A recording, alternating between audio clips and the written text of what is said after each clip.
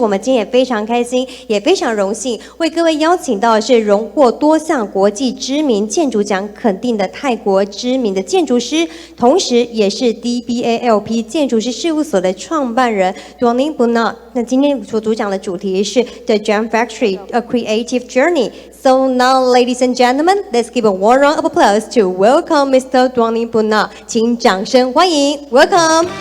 Please come to the stage and share your presentation.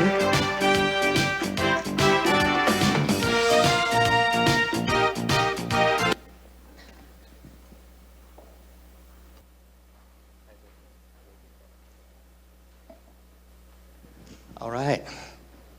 Thank you. Do we get the slide on? Yes, sir. Good morning, everyone. I'm sorry I cannot speak Chinese. My vocabulary in Chinese was limited to like 4 words, like 很好, 不好, 朋友, and 谢谢. So that's all I can say. It's not that bad, right? It's okay. So I'm an architect, and recently I've been appointed by the Prime Minister himself, like twice.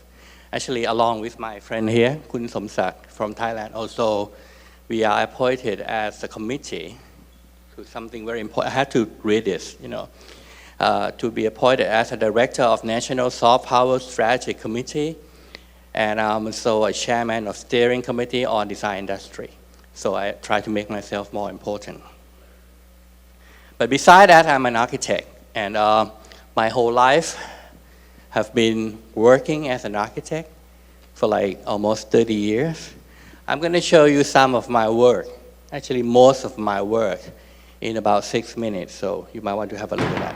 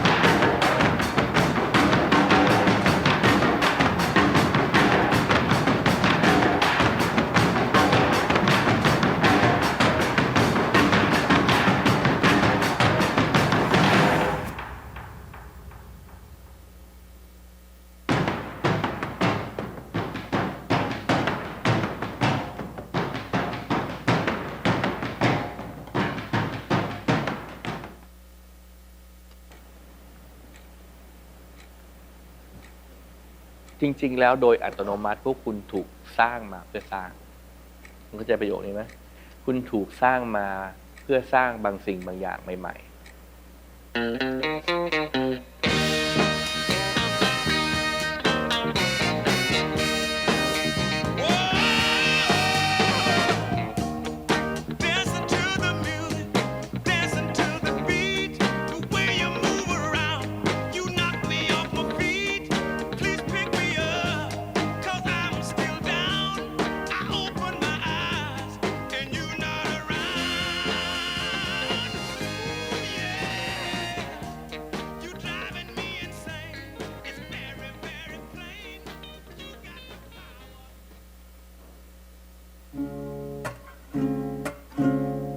ความมีชีวิตชีวามันเกิดขึ้นก็ต่อเมื่อคุณกระโดดไปเล่นเกมของชีวิตแต่บางคนก็บอกว่าไม่เอาฉันเสี่ยงมันเสี่ยงเกินไปฉันไม่ทำหรอกมันก็อยู่แบบสังกะตายเว้ย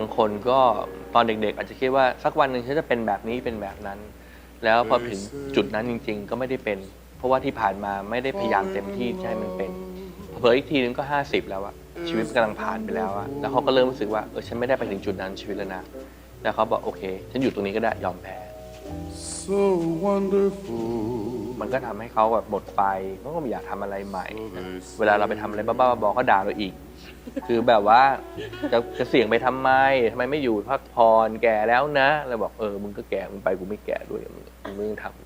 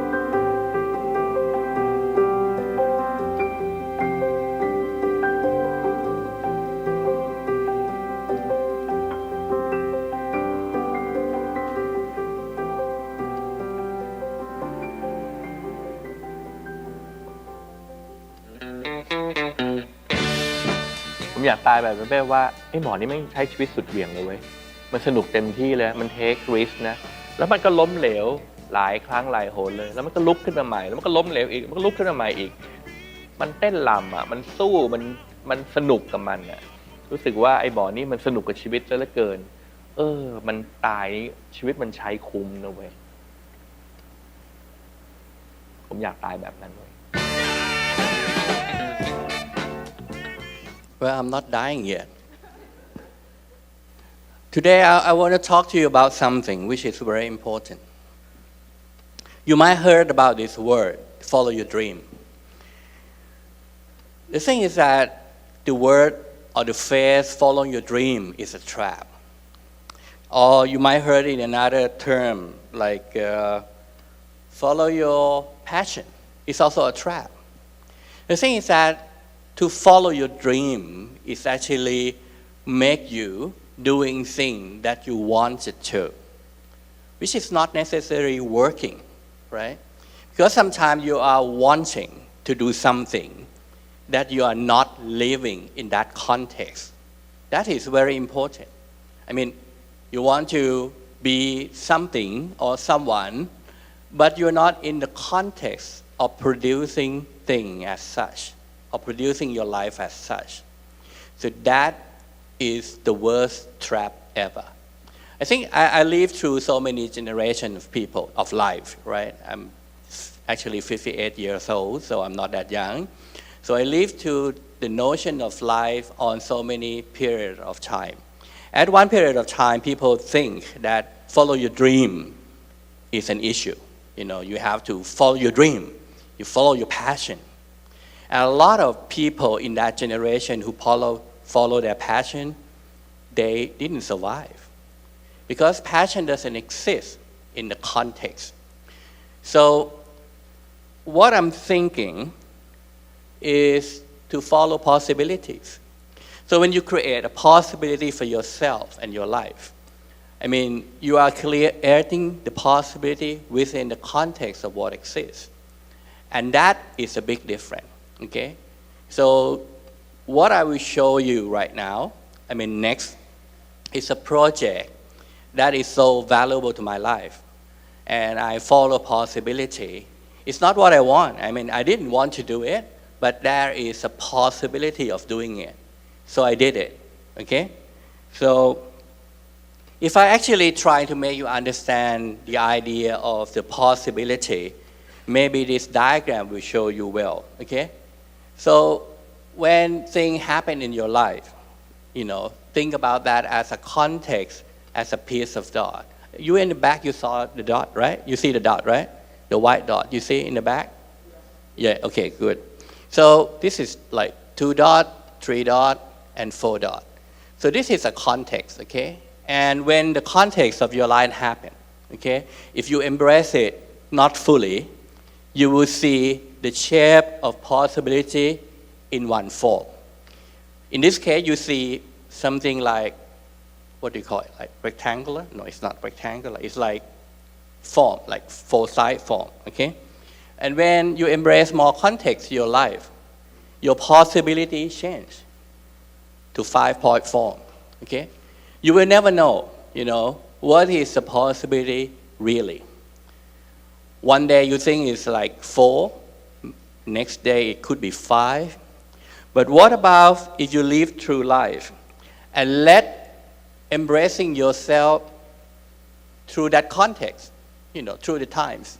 Or even though you actually living in a specific point of time, but you try to embrace the context fully, okay? So you will see another possibility. Maybe it's not 4, it's not 5, it became a circle. I call this the possibility, okay? So it's very important that you have to embrace the context fully. And most of us, when we embrace the context, we always give the meaning to it. I think that is very important that you're not doing that. Like, if we embrace the context of our mother, we always think our mother is so much complaining. But actually, she is giving us love. And that is the way we should embrace the context in reality. Not to giving the meaning to it, but trying to listen to it from the possibility standpoint. So when the area of possibility happen like that, I call it the realm of possibility. So if you remember that word, you will see that word appear again during my lecture. Okay. Another word that I want to talk to you about is freedom. I think this word means a lot. It means a lot for everyone in the world. You know, Thai people, Taiwanese people. I think the word freedom is crucial. But it's also a trap. Because we think that freedom means we can do anything and everything. But on the contrary, if you embrace the word freedom in that sense, you will not have the freedom. Because freedom is also an ideology. And when I say ideology, it means it might not happening. You know, it's like chasing a rainbow. You know, you see the rainbow, And the rainbow is real because it's right in front of you. You see that, right? But you're chasing the rainbow. You will never be there. So we have to look at freedom from another viewpoint. How about freedom to be? This is so important. When you think about freedom, it's freedom to be. It means you can be anything that you want to be, okay? And what about freedom to act? So you can act freely, right? But both of them are also a trap. I mean, it will be a trap if you're not living in the realm of possibility.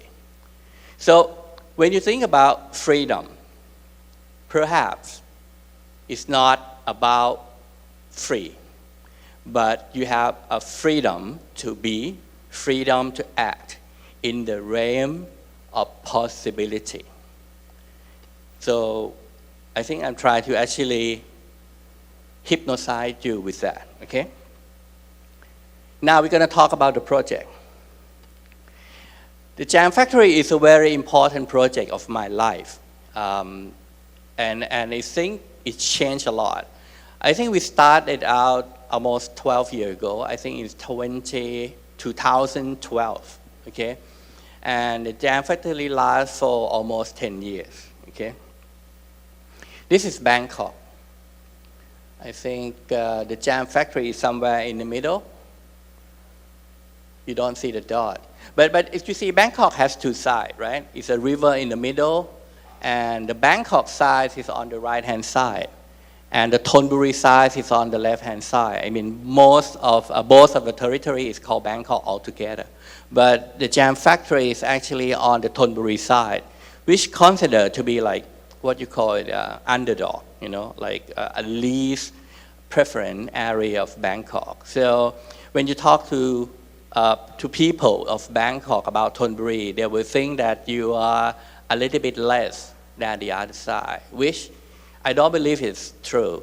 So we make that side of the river more popular because of this project. So if you look closely, you will see that is the Jam Factory. It's next to the shopping mall like Icon Siam, the hotel, and some of the accommodation on the opposite side. We was there before Icon Siam. So Icon Siam happened after us. I don't want to say that it happened because of us, but it happened, and they are more comfortable to be there because we were there. So this is the Jam Factory in the beginning. Couldn't believe it, right? I mean, this is like a pile of rubbish. I mean, it looked like nothing, okay? I was invited by the landlord, okay? One side of the landlord, the family, invited me to look at this building, and they asked me, what can they do about this? I mean, it's a factory that has been abandoned for the last 30 years before we saw it, okay? And it looked like that, okay? It looked like nothing. It looked like impossible, okay? And I talked to the landlord that there is no way you can redevelop this space, but only me can do that. So I proved to them, I leased the land from them, and I start getting the funding from the bank and start building the project. The problem is, not the problem, the thing is this, what do you see? This is a question I always ask. In front of you, what do you see? Do you see a pile of brick, a pile of broken wood, structure, concrete? You see trash or treasure? You see complication or context? Sometimes when we walk into area of possibility or realm of possibility, we always consider that as a complication. But once we get through that complications notion, and we try to consider as a context, then you can embrace it newly, okay? So you won't see problem, but you see possibility. So this is something very important. When you see something, how can you embrace it as possibility? So you don't embrace it as a content, but you embrace it as a context. So within this context, you remember that dot, right? What is the possibility of that dot? If you see the four-side trapezoid thing, maybe it's not the possibility yet. You have to embrace it fully until you see that circle. So this is what we did. We embraced that possibility and start constructing the building, removing the pile of rubble and, fixing the column that is broken, rebuilding the floor on the right, and start restructure the floor and the wall. And I think because it's of me being an architect, working on this is very pleasant. We start discovering the element of the architecture and we're changing it, we're fixing it. Like the wall on the left, it's already there. I don't know why it's turned to be that color of the wall on one side. But I think it's beautiful, so we decided to keep it and putting some new structure in, the new roof, and we have the jam factory. So in the realm of possibility, you are living in the possible future. So if you actually look at things from the realm of possibility, you are living in your possible future, which is not your past. And I think this is a very strong conversation and a very heavy conversation that you have to separate your past from your future. The point is that most of you think that you are here in the present because of things that you did in the past. I'm here sitting in this room because something I did in the past brought me here. But actually it's not. You're sitting in the room because you want to see something for your future. And that is why you are here, because you want to see how your future will look like. You're not sitting here because what you did in the past, but you're sitting here listening to me speaking because you want to see something for your future.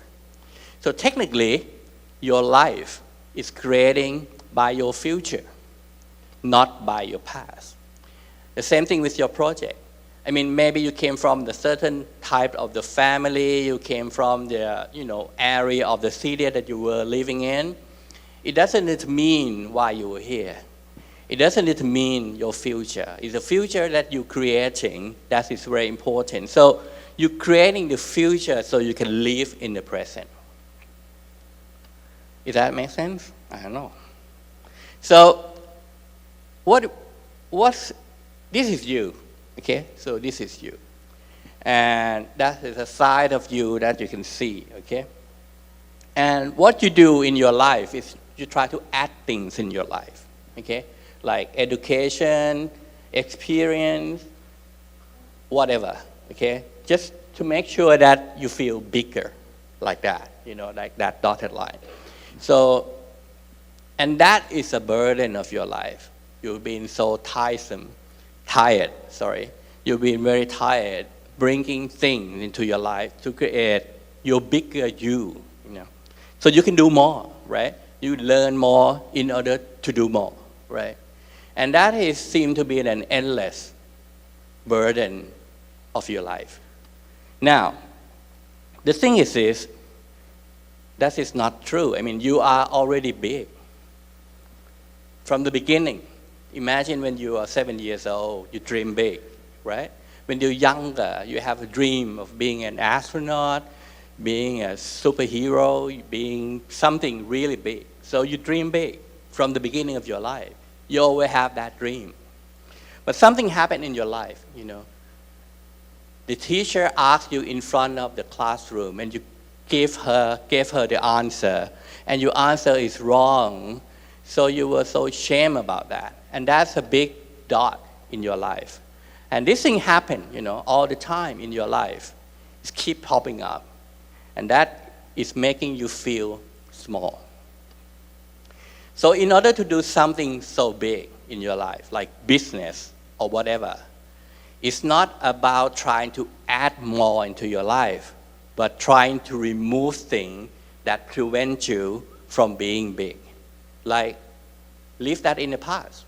You already know that why you were here is not about where you came from, but why you were here because you want your future to be better, right? So you're just eliminating that kind of notion that make you so small, so you can become bigger again. So when you want to do something like a new project, you want to help improving the community, you want to make a difference to your community. It's not about you have to be that big, because you're already big. You just have to feel that, you have to know that. And then once you get into that, you can be a bigger person, doing more for your people, for your community, for your town, for your country. This is the jam factory when it was newly finished. So we turned out the pile of rubble, the trash garbage area into the glass lawn. We're renovating the old building into the cafe and bookstore. On that side is actually my office, my architectural office. On the right-hand side is actually the gallery, okay? So what we like about the jam factory is that we preserve that tree. I mean, we have so many trees in the site, and we preserve that and we restore that. So it's getting bigger and bigger. And before we left the jam factory, the tree go very large. Okay, you almost doesn't get any sun on the glass lawn anymore. So all the glass die, but the tree grow beautifully. So we put that into, the building. The old factory was restored up, and part of it became the gallery. And we arrange a lot of events in the gallery so people can come and actually look at the art gallery. And I think we are the first few entity that trying to promoting new alternative way for the younger generation kind of art. That's the glass lawn. That's the cafe and the bookstore in the beginning. And part of it, actually, of the building, which is actually used to be the place where they make ice, okay? We turned that into the restaurant called the Never Ending Summer, okay? And it started out like an experimental and an unbelievable, it's been a really successful business of mine. And we have been managed to keeping it for the last 12 years, okay? Well, the Never Ending Summer was started out as one single building, and we renovated from the old ice making factory and turned into a dining experience in the factory, in the old factory. I think I was so inspired by that time, almost 10 years ago, by the project in England called Warping Project, that they invited me to have a dinner in the old turbine hall, okay? So I think it's kind of interesting experience. So I want to duplicate that and the idea and use the dining experience in the factory, which I think we are the first people who did that in Thailand, okay? And it's turned out to be very famous. We were actually given an award by the Monaco magazine, only one of the two restaurants in Thailand that got that award. This is how the Never Ending Summer looked like in the beginning. I designed all the furniture by myself. This is my office in the beginning. So the meeting room, the office space. Before we left, it looked very untidy. It doesn't look nice like this, okay?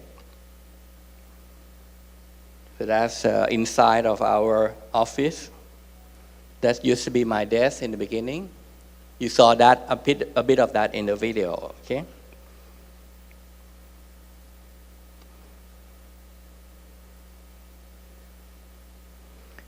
So that's the jam factory, okay.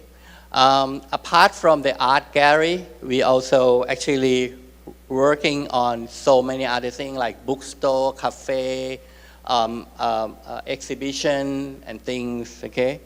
And we try to actually include everyone into our community.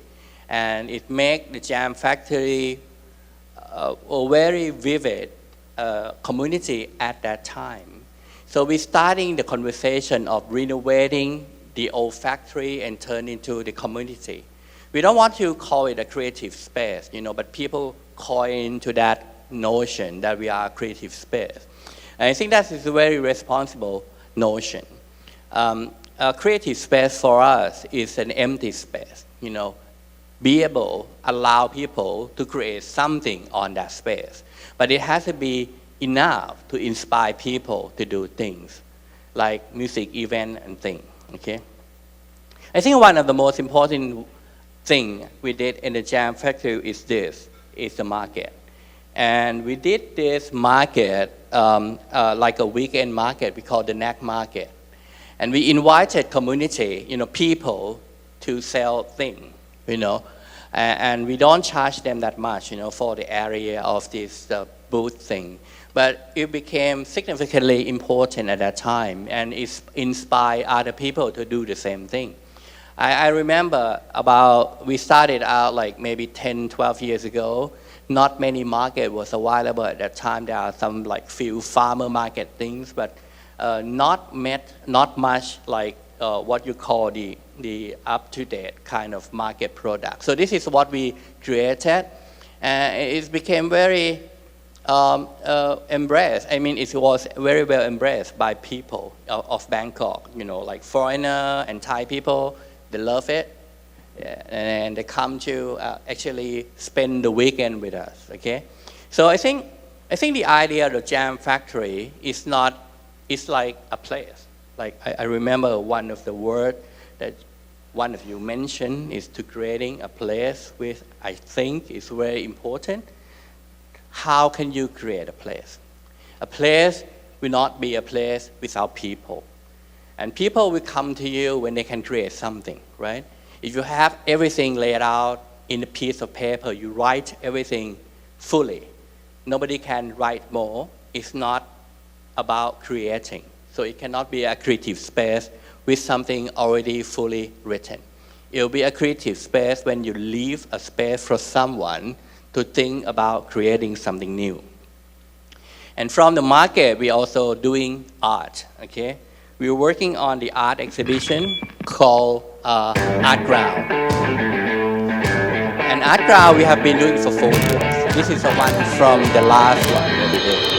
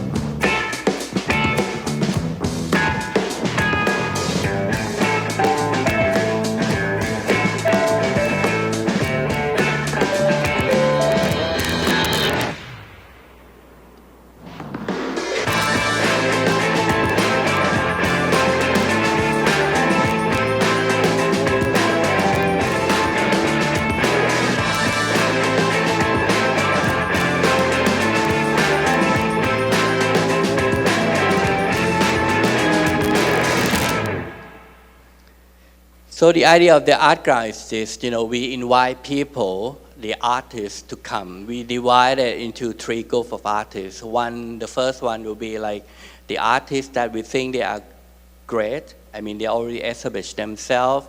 And the second group will be the new artists that we want to invite them to the market, right? So we didn't actually charge the artists anything, but we got the sponsor, as you just saw, okay? The sponsor support the event. I mean, each of the event, we didn't actually create much of the profit, which may be like what you just did. We don't create much of the profit, but we're creating people. And I think that's the idea, you know. It's very important you create people, okay? And then you create a place. If you try to create a place without the people, the place doesn't exist. So we have to create the people first. So when you think about creating a place, thinking about people, what they will enjoy in this place. This is something very contradictory, being an architect, because architects normally they will think about architecture, they will think about how they will articulate the building first. But I think that is the last thing I do.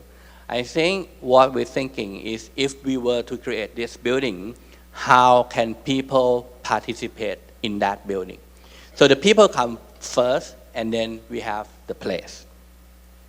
So when you become nothing, you can be anything and everything. I think it's too bad that the jam factory have to go away, you know, because we have the conflict in the land that we leased from. The land was actually belonged to two sides of the family, and because we did it so well, one side of the family want to take it for their own operation, and the other side of the family doesn't agree, so they want us to actually stay on the project. So they're fighting in court. And that is bad, and because of that fact, we have to actually move away from the jam factory.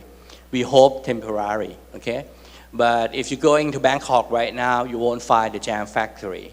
We hope to bring it back, but because of that, because when you became nothing, you can be everything. And I think we took the lesson we learned from the jam factory to expand into new possibility that we're doing right now, especially the restaurant, okay? We still have one restaurant, the Never Ending Summer, that is still operating. So because the piece of land that is next to the river is belong to another landlord, which we managed to get hold on that lease.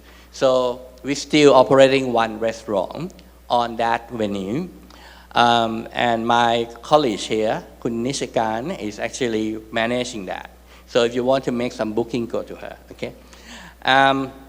So this is the restaurant. We newly built it, but resemble the idea of the factory still. And it tends to be very successful right now. And we are so delighted. To be honest, we don't know why, you know, but they came to the restaurant because we created the jam factory and they know the place. And we can create the place because we think about people. So this is very important that I think from my perspective, business is always about people, you know, how you can fulfill people, that is very important. Well, I'm an architect and I'm very bad in terms of financial, I can tell you, you know, we lost some money, we gained some money, we're doing some mistake, but we believe that people talking about the place in a very proper way. Okay, nobody complaining about the jam factory.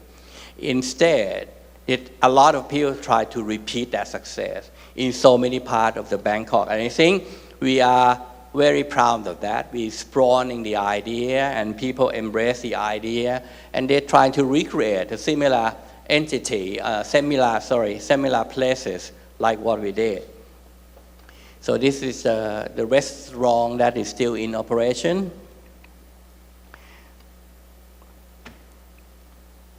By the side of the river. Yeah. So I think what I want to leave you with today is some few words. Possibilities. And that is something that you want to think of when you want to dream of something or want to create something. Not your dream, but the possibility. And follow your possibility is something easily said, but very difficult to contemplate that. But think about that word, follow the possibility. And then the realm of possibility If you want to think about that, think about the dot that I show you, the diagram of the dot, and make sure you embrace the dot fully until you see the real realm of possibility.